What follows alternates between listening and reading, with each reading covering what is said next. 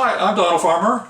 And I'm Kasper Melted. And we're back with another episode of Bloody Pit of Blu-rays. Today we're talking about a very special Peter Cushing movie that until recently a lot of people had never seen, and in fact a lot of people had never heard of.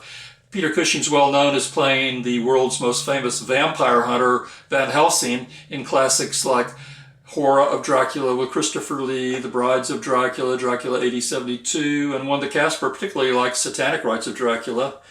But in this one, it's a little turnaround. Peter Cushing doesn't play a vampire hunter, he plays the vampire himself. He plays a vampire who, although he does not call himself Dracula, it's obvious that's who he's modeled after. He plays very much a Dracula-type character in a movie called Tender Dracula. You see, even though his character in the movie is not played called Dracula, they call the movie Tender Dracula just to sell the idea of Peter Cushing as a vampire. Now, for years and years, the only way I had seen this movie was through this crappy video cassette that I bought in France when I was on my very first trip to France in 1989. And you can see this is in terrible condition. The cover's peeling off, and you can't even watch this on a normal video machine. You have to have a French, you have one of these C-cam units that's capable of playing French C-cam videos.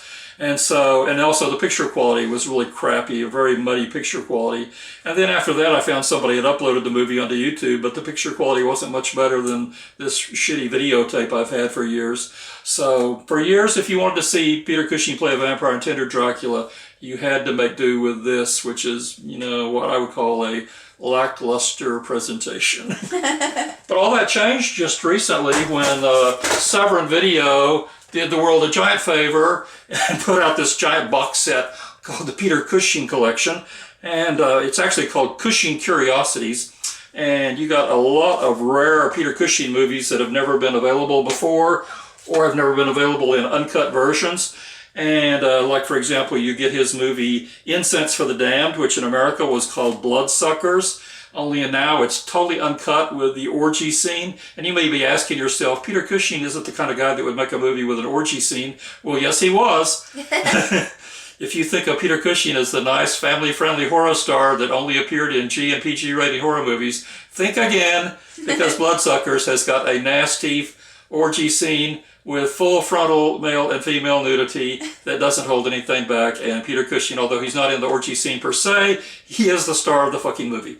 So, but that's not the one I'm talking about in this delicious box set. I'm talking about this Not Suspect, which is, just a black and white movie. Here's the one I'm talking about. Tender Dracula. Finally, I don't have to have my crappy French video anymore, because Tender Dracula is now available in this pristine-looking, Blu-ray, which is taken directly from the film's negative. Somehow they found the negative somewhere, and they've not only restored it, but they've got an interview with the director who's never been able to speak up before about this lost movie. It turns out the director went on to have a very prestigious career in French art house cinema, and he's very highly respected. So it was a mystery whether he would even want to talk about this movie, since this movie has got one thing in common with Bloodsuckers, in that it is full of gratuitous nudity. Again, this is not the kind of movie you expect Peter Cushing to be in. You expect him to be in a vampire movie, but a vampire movie chock full of so much nudity that it rivals. I mean, this movie seriously has as much nudity. If you've ever seen Beyond the Veil of the Dolls, if you've seen Emmanuel, so the famous softcore X-rated movies, this movie is comparable to them in the amount of on-screen nudity. But Peter Cushing still manages to, really excel in his part, playing a vampire. A lot of folks complain that this movie makes no sense at all, because it'll have scenes where one character is killed, and then in the next scene they're alive again with no explanation whatsoever. You just sort of have to go with the flow with this movie, because it's completely weird. This is not a logical film by any means. And then the ending of this movie seems to be totally ripping off the Rocky Horror Picture Show, with a shot of a giant castle being ripped out of the roots of the earth and flying up into space, just like the mansion at the end of the Rocky Horror Picture Show did. But this movie was in production about the same time as Rocky Horror, so I don't think Rocky Horror was available at that time for the filmmakers to rip off. So I guess it's just a case of two great minds thinking alike. But when you watch the end of this movie, you're going to think, they stole this from Rocky Horror, but I don't know if that's the case. It may just be a coincidence. But does this seem like something you would want to watch, Kasper? Definitely. The less logic, the better. Do you like the idea of Peter Cushing playing a vampire? Absolutely.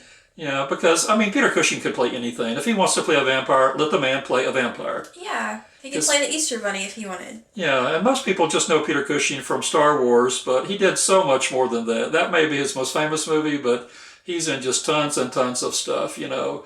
All those Dracula movies, all those Frankenstein movies, all those classics he made, like The Skull, that's a really big classic. All those multi-story movies he made, like Dr. Terror's House of Horrors, The House of Drip Blood, Tales from the Crypt, From Beyond the Grave.